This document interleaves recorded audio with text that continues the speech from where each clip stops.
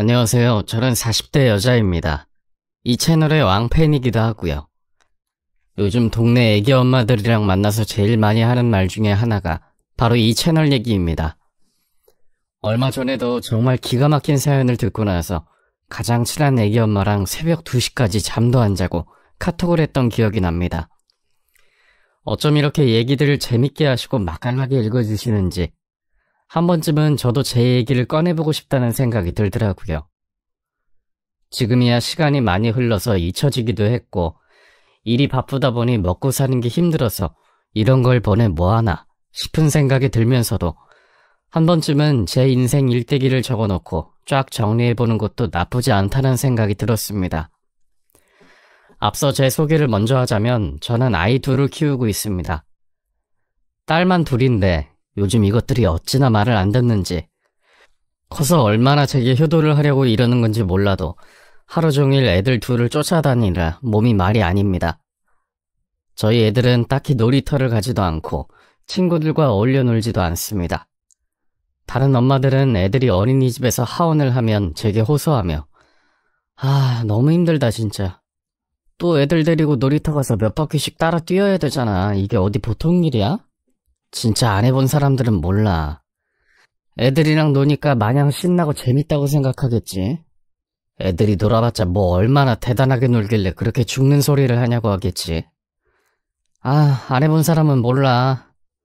우리 남편은 어찌나 애들한테 무관심한지 퇴근하고 집에 오면 양말 벗어던지고 TV 리모컨 돌리기 바쁘다니까.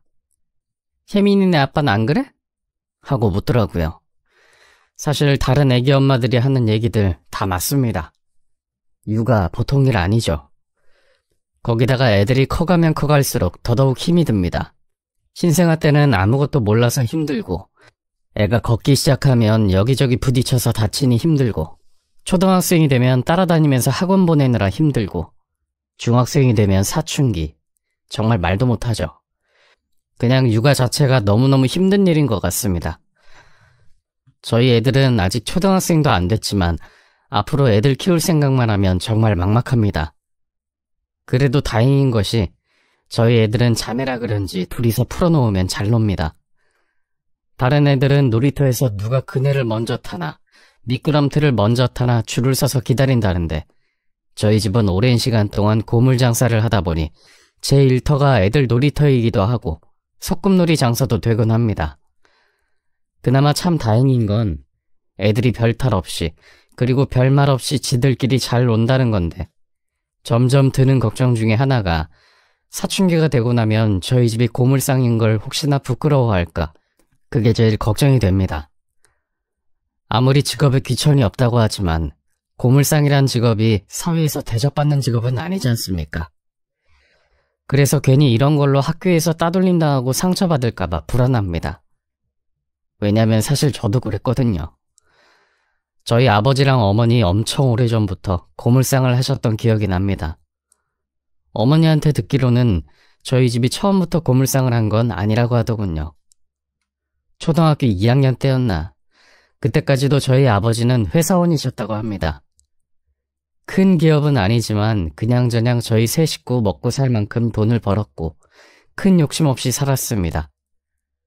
그 당시 기억나는 게 아버지가 퇴근 후 일주일에 한 번씩 통닭을 사오셨던 기억이 납니다. 아주 풍족하게 살지는 않았지만 우리 가족 먹고 사는데 지장 없었고 가끔 통닭이나 짜장면을 외식할 정도로 오선도선 잘 살았었죠. 하지만 문제는 구조조정이었습니다. 아버지는 멀쩡히 잘 다니시던 회사를 한순간에 잃으셨고 그 후부터 가세가 급격하게 기울기 시작했습니다. 저는 잘 모르지만 어느 날부터인가 갑자기 아버지가 출근을 하지 않더라고요. 대신 저랑 놀아주는 시간이 많았습니다. 덕분에 어린 저는 아버지와 절친하게 지낼 수 있게 됐지만 그때까지만 해도 어린 나이에 아버지가 실직할 거란 생각은 전혀 하지 못했습니다. 하지만 불행인지 다행인지 몰라도 저는 그 기회 때문에 아버지와 지금도 누구보다 친한 친구처럼 지내고 있습니다. 지금도 남자들이 육아에 참여하는 비율은 적지만 우리 때에는 거의 없다고 봐도 무방할 정도로 아빠는 어려운 존재였잖아요. 그래서 제 친구들 중에 아빠랑 허물없이 지내는 애들이 별로 없는데, 반면 저는 누구보다 제 속마음을 잘 털어놓을 정도로 아버지랑 가깝게 지낼 수 있었어요.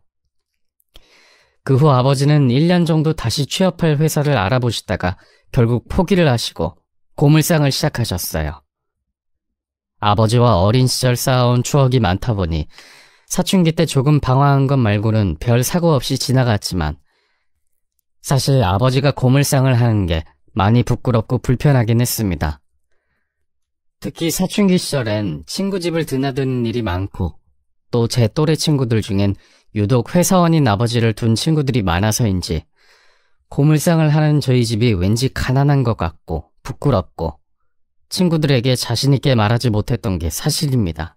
그도 그럴 것이 동네 폐지를 줍는 어르신들이 다 저희 집으로 모이니 남들이 봤을 땐 저기가 거지들 집합소인가 느낄 수도 있고, 저조차도 어른들이 오시면 불편하기도 하고 안 왔으면 좋겠고, 어린 마음에 정말 별별 생각을 다 했던 기억이 납니다.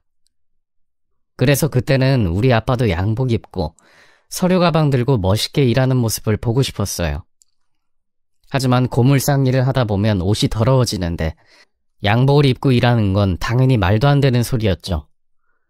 하지만 그래도 다행인 것은 저희 가족이 화목한 편이고 가족들 화합이 잘 되는 편이다 보니 이모, 고모, 친할머니, 외할머니 할 것 없이 모두가 참 잘 지냈습니다.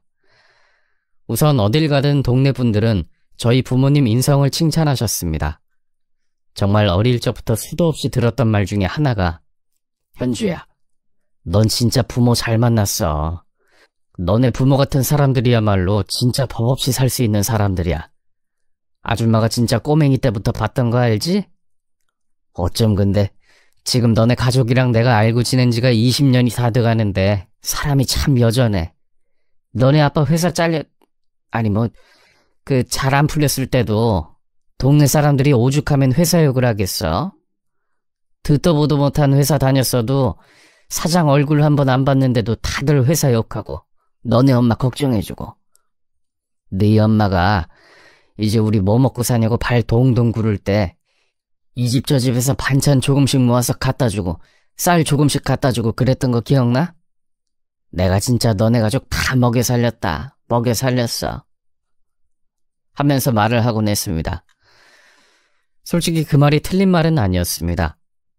저희 집 힘들 때 아줌마 말대로 정말 동네 분들이 저희 집을 먹여 살렸습니다. 그동안 저희 부모님이 쌓아오신 인품을 돌려받는 듯한 느낌이 들었고, 저야 멋 모르고 이 집 저 집에서 반찬을 주니 신이 나서 밥을 먹었던 기억이 납니다. 그렇게 어린 시절부터 저희 세 식구 꽁꽁 붙어 살다 보니 비밀이랄 것도 없었습니다. 그래서 저희 부모님은 저의 가장 절친한 친구가 누구인지, 저와 사이가 안 좋은 친구는 누구인지 전부 알고 있었고, 비밀로 만들고 싶었지만 제 성격상 부모님께 뭔가 말하지 않으면 죄를 짓는다는 느낌이 들어 결국 저희 가족은 정말 비밀 없이 화목하게 잘 지냈습니다. 자랑이라면 뭐 자랑이고, 사생활이 없다면 사생활이 없는 건데 그래도 그게 불편하거나 싫진 않았습니다. 오히려 부모님의 관심이 나중에는 고맙게 느껴졌습니다. 언제나 나를 믿어주고 든든한 내 버팀목이 있다는 것 자체가 인생을 살아가는데 굉장히 큰 힘이 되었거든요. 그리고 사랑을 듬뿍 받고 자라서 그런지 저는 자존감이 높은 편이었어요. 웬만한 거에 기죽거나 눈치 보는 성격도 아니었죠. 제가 첫 연애를 했던 건 20살입니다. 역시나 부모님께 가장 먼저 말씀드렸고, 부모님은 제 첫 남자친구에 대해 이것저것 묻기 시작하셨습니다. 특히 엄마는 저를 방으로 따로 불러서, 너 피임은 잘 하는 거지? 진짜 큰일 난다. 애라도 덜컥 생기면 진짜 그땐 난 몰라. 엄마 무슨 소리야. 우리 그런 사이 아니야. 아직 사귄 지 일주일밖에 안 됐어. 근데 무슨 피임이야 피임은. 엄마도 진짜 참, 내가 엄마랑 아빠 같은 줄 알아? 하고 놀렸더니 얘가 세상 부끄럽게 뭐 그런 말을 하고 그래? 암튼 절대 안 돼. 지금은 아니야. 결혼은 좀 이따 나중에 해도 되니까 천천히, 천천히 생각해보라 이 말이야. 세상에 믿을 놈 하나 없어. 나도 네 아빠가 그날 뭐 어디 섬에 놀러 가자고 해서 따라갔다가 배가 끊겨버리는 바람에 그렇게 됐지. 그거 아니었으면 너 지금 태어나지도 못했다? 그러니까 나처럼 그렇게 급하게 후다닥 결혼하지 말고 천천히 그놈도 잘 보고 그놈 집안 식구들도 잘 보면서 만나란 말이야. 알겠지? 하고 경고를 하더라고요. 코웃음을 쳤습니다. 고작 연애일 뿐이고 만난 지 일주일 된 우리 두 사람에게 그런 경고는 우습게만 들렸죠. 하지만 엄마의 말처럼 제 생각과는 달리 남자친구는 속도를 냈습니다. 이제 막 제대를 해서 혈기왕성해서 그런지 모르겠지만 길거리에서 손을 잡고 데이트를 하면 우리 좀 쉬었다 갈까? 라는 말을 수도 없이 했습니다. 전 처음엔 그 말을 이해하지 못하고 혹시 힘들어? 왜 자꾸 쉬자고 하는 거야? 어디 아파? 하고 물었지만 남자친구는 그저 웃기만 할 뿐 아무 말도 하지 못했습니다. 그렇게 저희 두 사람이 만난 지 3개월쯤 지났을 무렵 남자친구의 손에 이끌려 처음 여행을 가게 됐습니다. 그것도 1박 2일로 말이죠. 엄마는 절대 안 된다고 남자친구랑 여행이 웬 말이냐며 노발대발했지만 아빠는 그래 다녀와. 항상 차 조심하고 사고 나면 아빠한테 전화하는 거 알지? 하면서 다녀오라고 해주시더군요.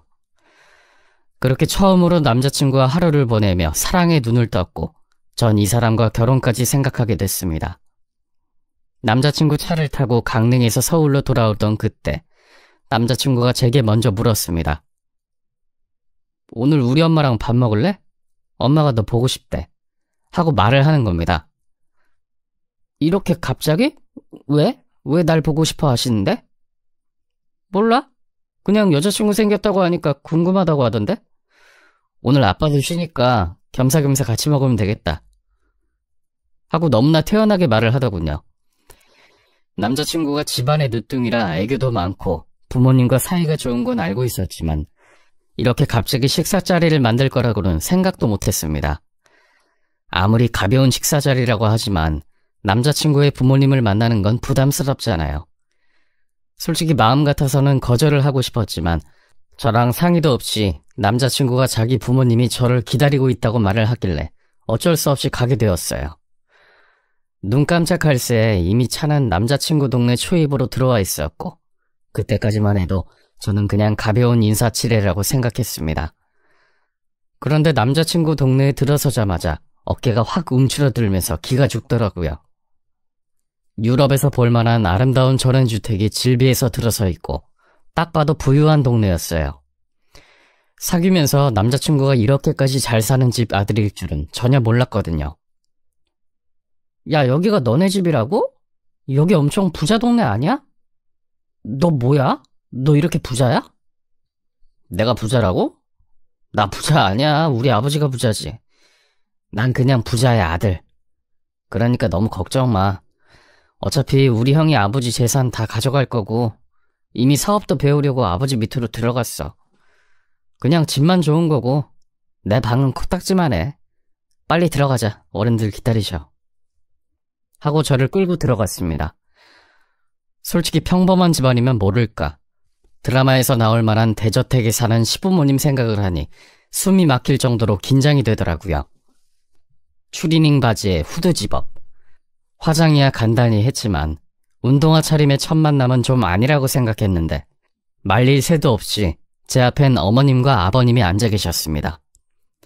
그리고 마음속으로 저는 주문을 외웠습니다. 제발 편하게. 아무것도 아니야. 우리 결혼하는 거 아니잖아. 그냥 이거 가벼운 거야. 긴장하지 말자. 긴장하지 말자. 하고 말이죠. 하지만 얼굴에 다 드러났는지 어머님은 절 보고 웃음이 터지셨습니다. 너 진짜 웃기고 귀엽다. 여보, 너무 웃기지 않아요? 쟤 생긴 것 좀 봐. 하고 제 얼굴을 보고 놀리시더라고요. 아버님은 헛기침을 하셨고 저는 그제야 아버님과 어머님 얼굴이 눈에 들어왔습니다. 그런데 두 분을 보고 정말 놀랬습니다. 아버님과 어머님이 아니라 아버님과 딸이라고 해도 믿을 정도로 어머님이 엄청 젊어 보이셨거든요. 심지어 남자친구는 늦둥이라 아버님 연세가 꽤 있는데도 어머님은 30대라고 해도 믿을 정도로 너무너무 젊어 보이셨습니다. 게다가 얼굴도 정말 동안에 예쁘셨어요. 제가 깜짝 놀라서 어머님을 빤히 바라보자. 왜? 내가 너무 예쁘니? 내가 좀 눈에 띄게 예쁘긴 해, 그지?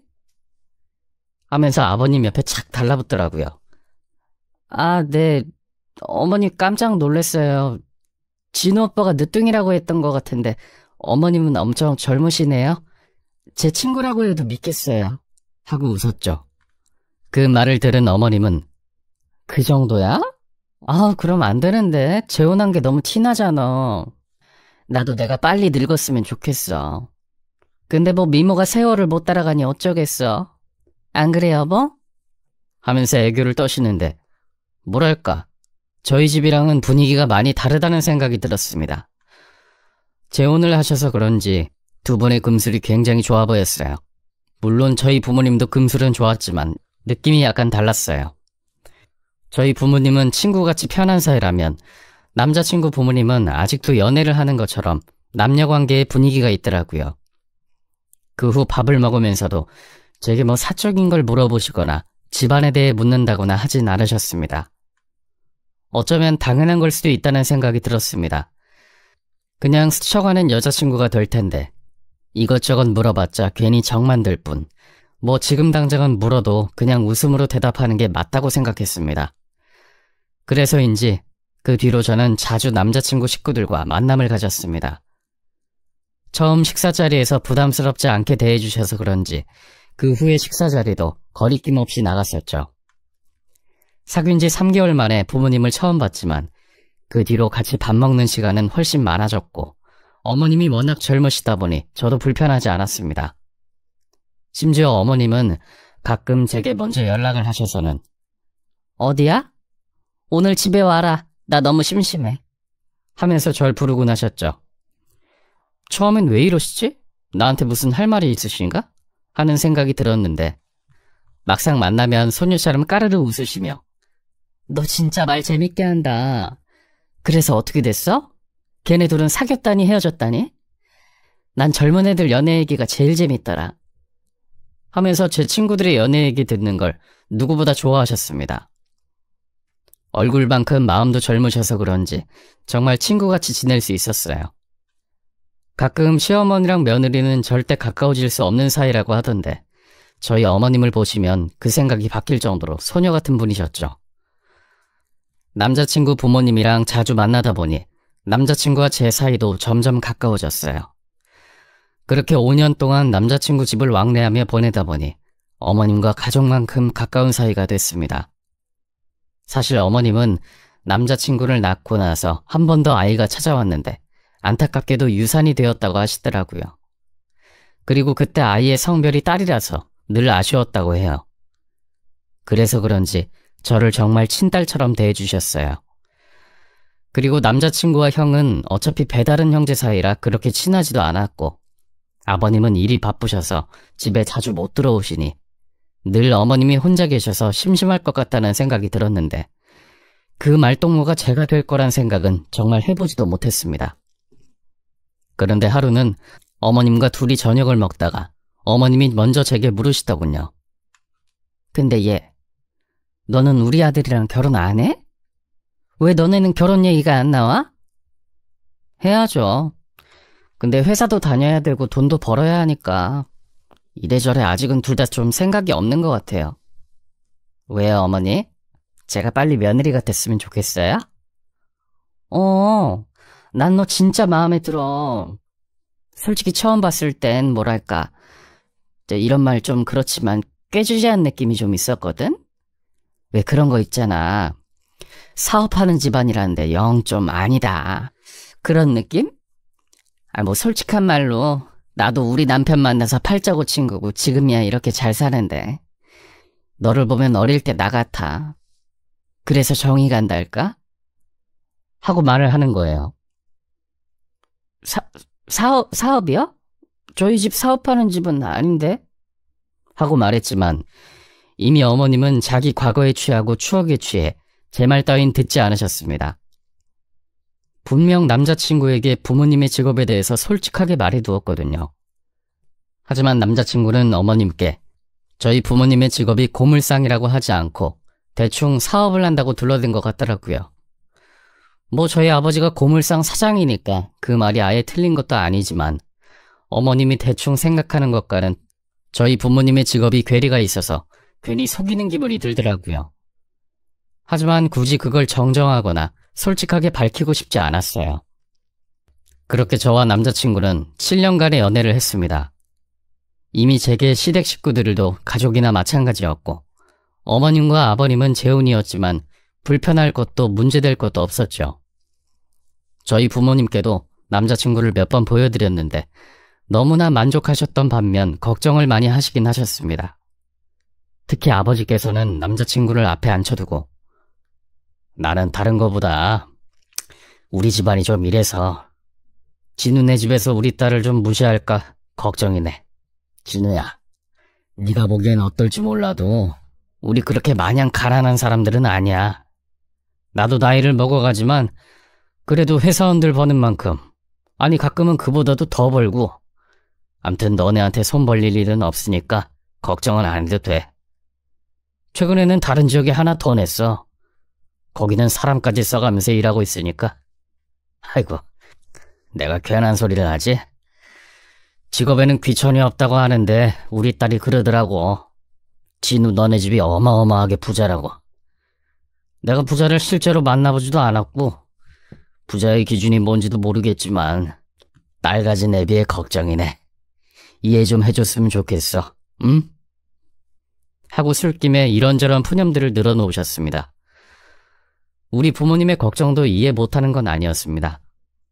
제가 처음 남자친구 집에 갔을 때 느꼈던 감정이 저를 결혼시키는 부모님의 감정과 같은 게 아닐까 싶은 마음이 들었고, 이상하게도 예비 시어머니는 제게 저희 집안에 대한 부분이나 아버지 어머니는 어떤 사람인지 단 한 번도 묻질 않으셨습니다.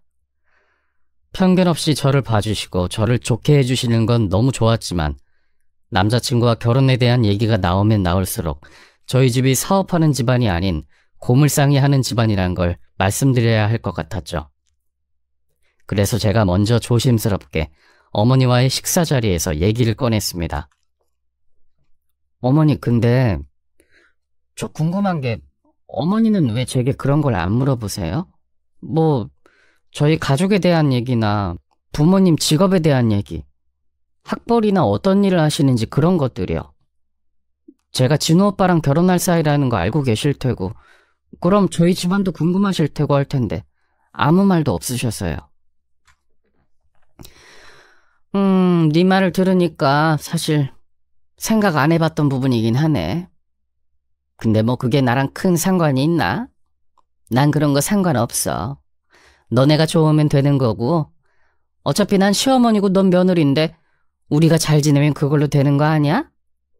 끼리끼리 결혼한다, 끼리끼리 만난다는 말도 있는데 난 그런 거 다 거짓말이라고 생각해. 우리 남편이랑 나도 솔직히 끼리끼리 아니잖아.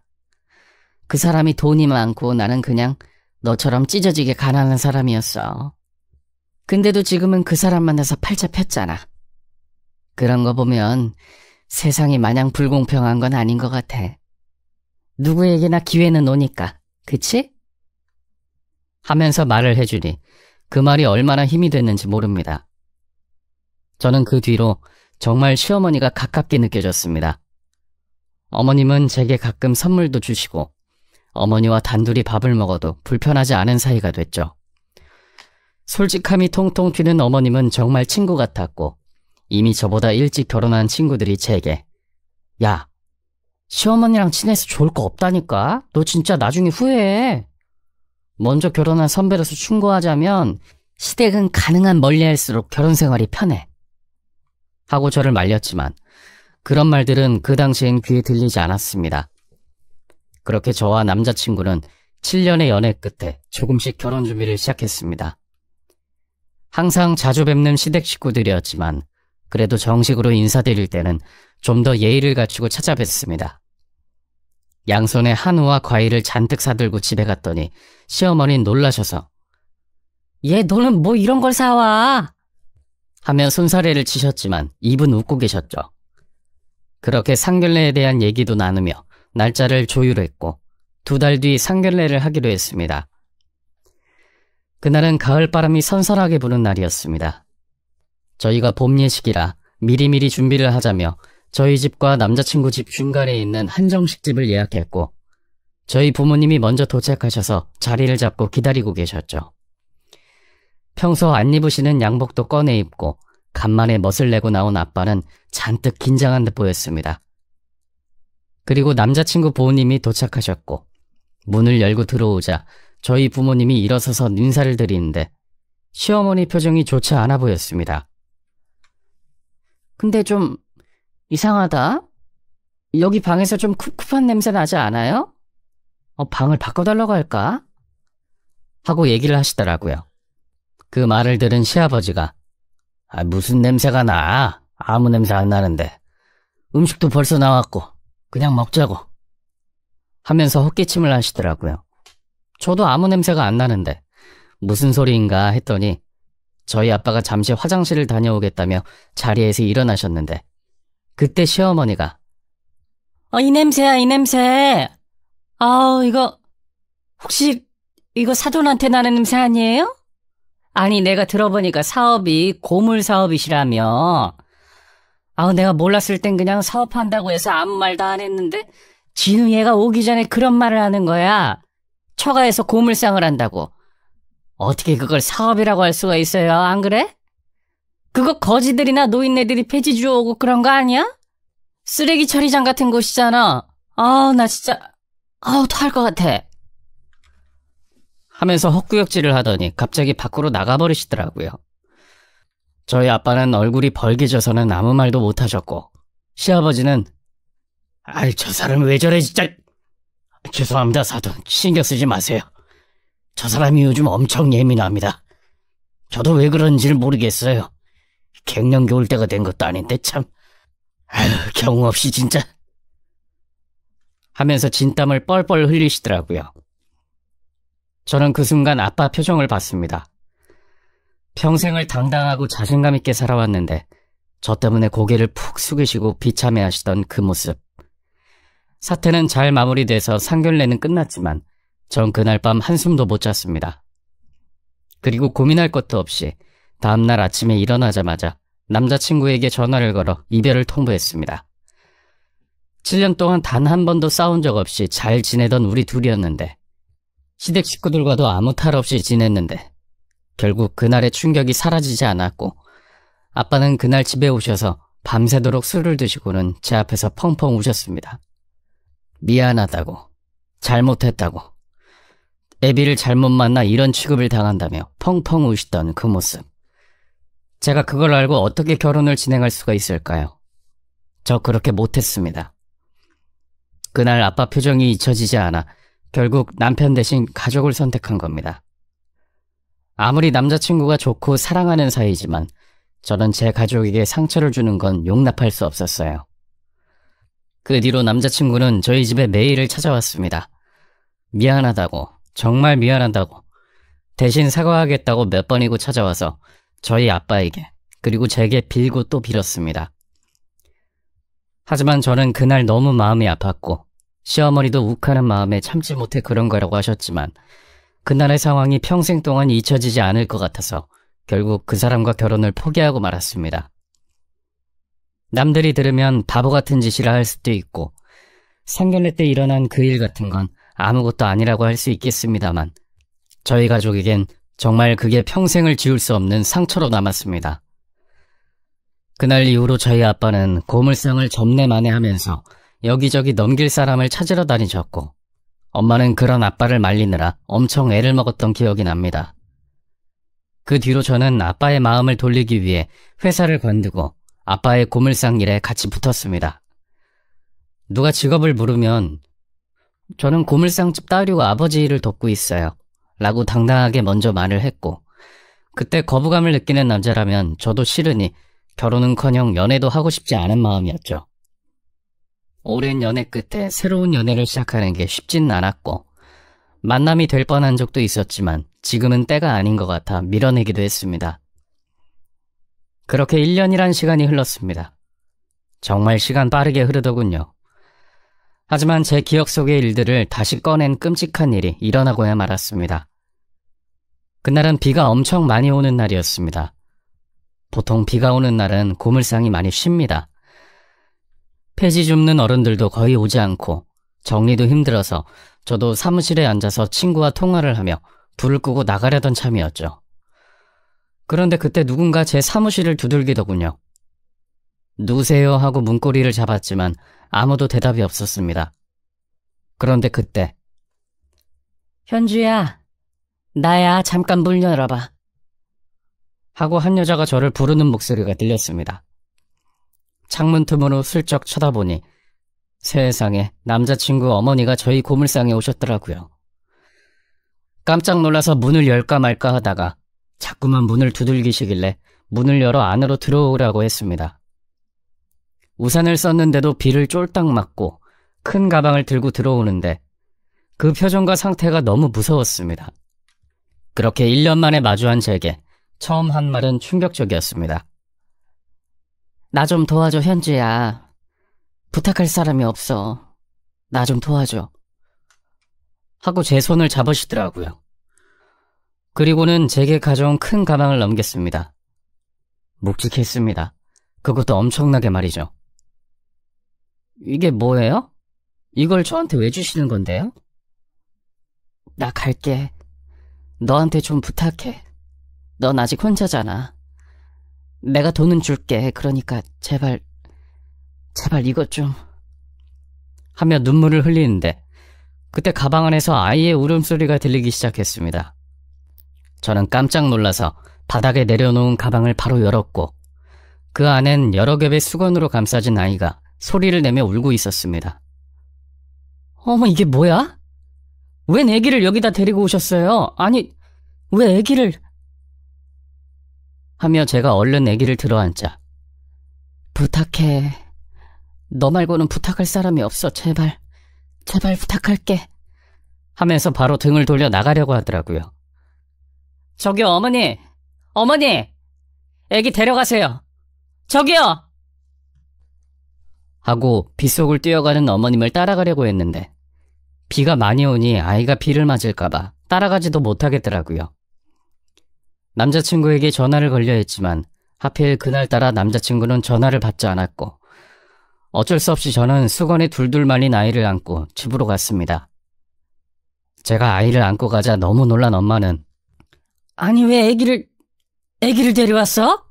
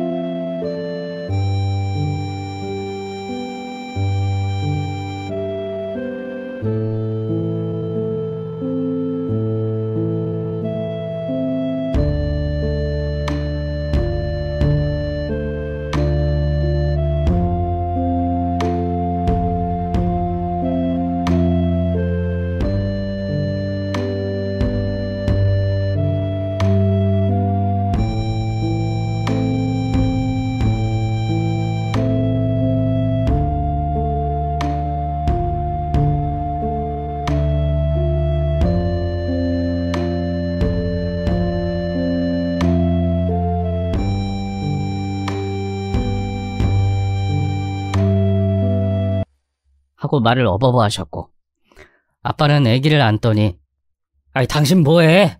얼른 가서 얘 먹을 거라도 사와. 계속 울잖아.